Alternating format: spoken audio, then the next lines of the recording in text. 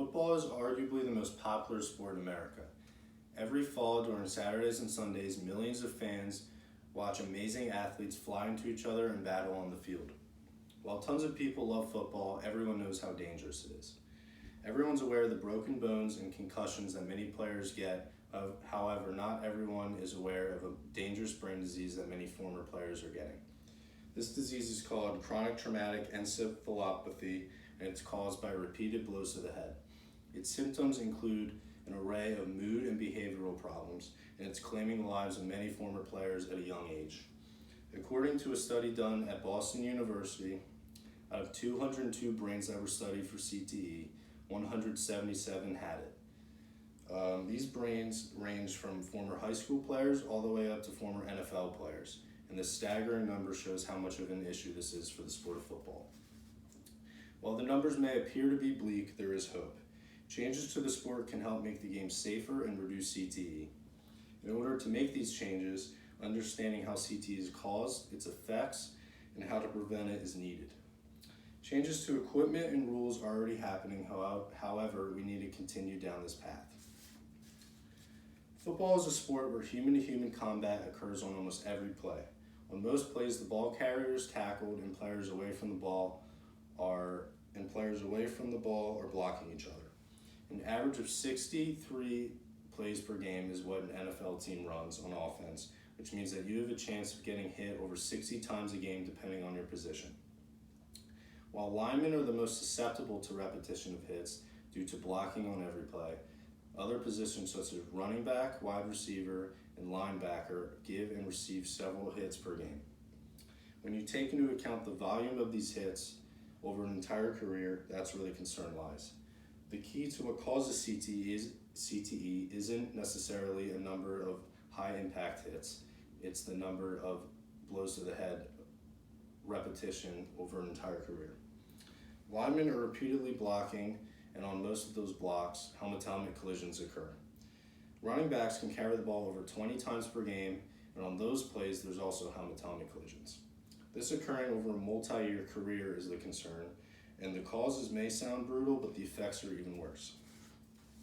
CTE has various detrimental effects to daily life, and in several cases is deadly.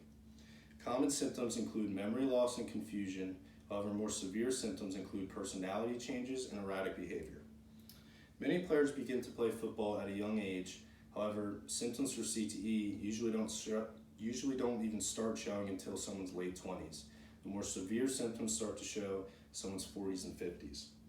Someone may have played an entire career and have had no symptoms. However, the damage has already been done and there's no turning back. One concerning part about CTE is the number of former players that are dying from it at a young age. Symptoms don't start when someone's 70 or 80, they start when they're middle-aged. A couple of examples of former players who've died are Mike Webster at 50 from a heart attack, Junior Seau at 43 from suicide, and even Aaron Hernandez at the young age of 27 from suicide. The mental effects caused from CTE completely changes that person's personality from what everyone once knew. However, the good news is that the sport can change. The repeated blows to the head is what causes CTE, and these are the plays that need to stop. Getting hit in the head with helmet-to-helmet contact is a dangerous play. Getting hit in the torso is much safer, and that is why college football has made a rule called targeting. Targeting is a rule where if there's a helmet-to-helmet collision, the player initiating the hit is ejected. Other rules that are changing are kickoffs, which is one of the most dangerous plays in football. Another way to make the game safer is by changing equipment. The NFL is researching ways to make their helmets safer, and as technology continues to improve, the helmets will get even more safer. But maybe the most important part about reducing CTE is teaching the youth how to safely play. It's instinctual for a player to lower their helmet to protect themselves from a hit. However, this is not safe.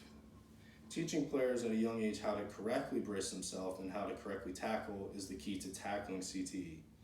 Health wasn't a priority back when these older players were learning how to play the game. However, knowing what we know now, it should be a main priority. While football is dangerous by nature, there are clear ways to help make the game safer.